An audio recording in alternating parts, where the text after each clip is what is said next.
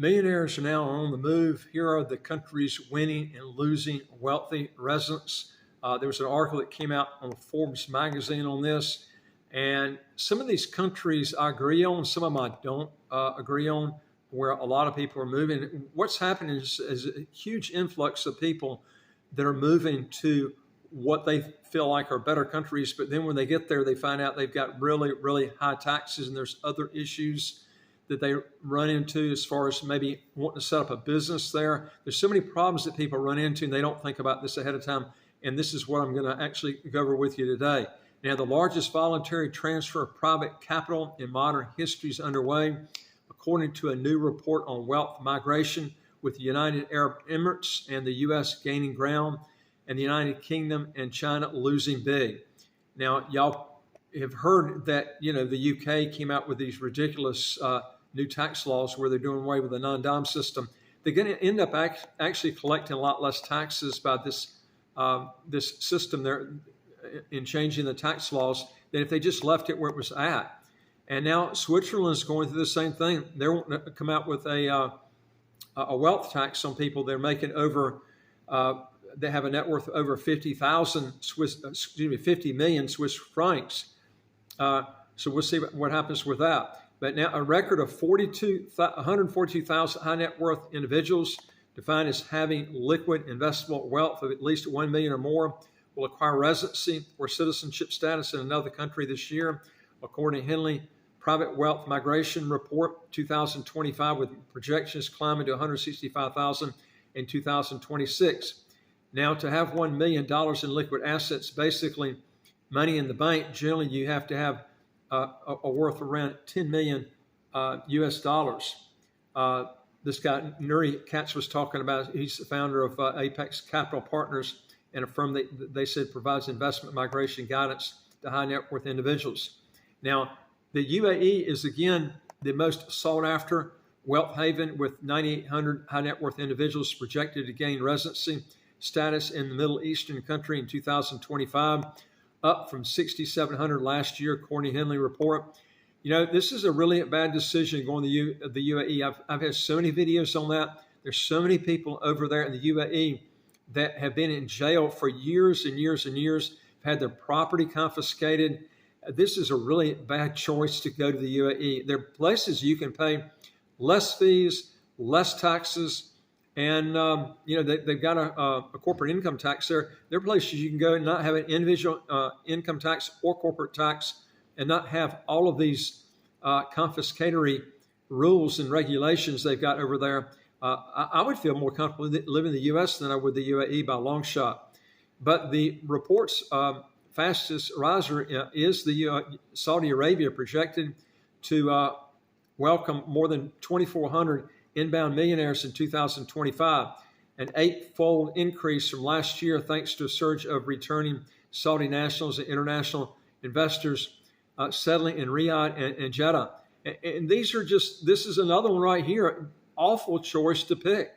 There's no freedom over there at all in the UAE or in Saudi Arabia. Saudi Arabia is worse than the UAE, and they'll confiscate your wealth just saying something wrong that they don't like. And so you really have to be careful when you go to these countries. There are other countries you can go to that don't have income taxes when you don't have this type of lack of freedom. But now, conversely, the United Kingdom faces the largest single-year excess of wealth ever recorded, with Henley projecting 16,500 high net worth individuals are acquiring residency status elsewhere. Now, China is the report's second biggest loser, with 7,800 high net worth individuals projected to gain residency status elsewhere in 2025. Also, folks, you can do us a big favor. We do not monetize our channel. It would help us out tremendously on the algorithm of our channel and help us get more videos out to people. If you like our videos, give us a thumbs up. And don't forget the subscribe button here at the right of your screen. You get new videos automatically as they come out. And pass these videos around to your friends. If you've got a question or comment, just put it below. And if you want to legally get your income taxes to zero, how to get a second passport as quick as 4 months to a year, go to our website, www.citizenshipquickly.com, and just ask for some help. Now, at stake is a profound shift in economic influence as countries compete not just for talent, but for the fortunes that follow it. Now, with estimated collective investable wealth of around $63 billion, the UAE has evolved from a regional hub to global wealth nexus through comprehensive policy innovation. The report's authors highlight the United Kingdom as a cautionary tale. Since prior to 2016, it had always attracted more millionaires than it lost in migration. Now, in this article, they were talking about that the term of migration is a bit of misnomer. This Katz was talking about here that in his experience, wealthy individuals do these programs as a plan B. These people are not actually leaving the UK. They are simply getting paperwork in different countries, but aren't necessarily making the move. Now, how do most high net worth individuals gain a residency in another country? Well, most high net worth individuals migrate through acquiring work visas, ancestry visas, retirement visas, family visas, or through birthright, second passports, according to Henley and Partners. Now, only about 30% opt for investment migration programs to secure residency or citizenship. Now, what makes the UAE so appealing to high net worth individuals is the following. They were talking about in the article that cities, Henley and Partners cites that the Emirates welcoming immigration policy with a zero income tax, world-class infrastructure, political stability, and a regulatory framework that treats capital as partner rather than as prey.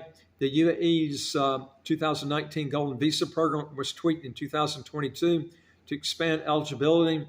Recently, a lot of high net worth people have been moving to the UAE for the lifestyle and obviously the absence of personal income tax.